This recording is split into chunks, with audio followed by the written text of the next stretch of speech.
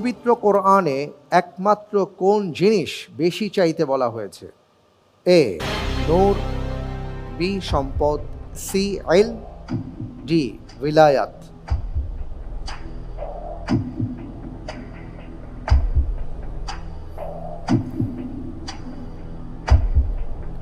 পবিত্র কোরআনে একমাত্র কোন জিনিসটাকে বেশি চাইতে বলা হয়েছে?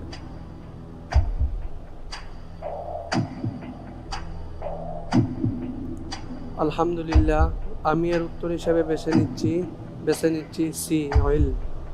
সি ইলম লক করে দিব। জি। ফ্রিজ করে দেয়া হোক সি।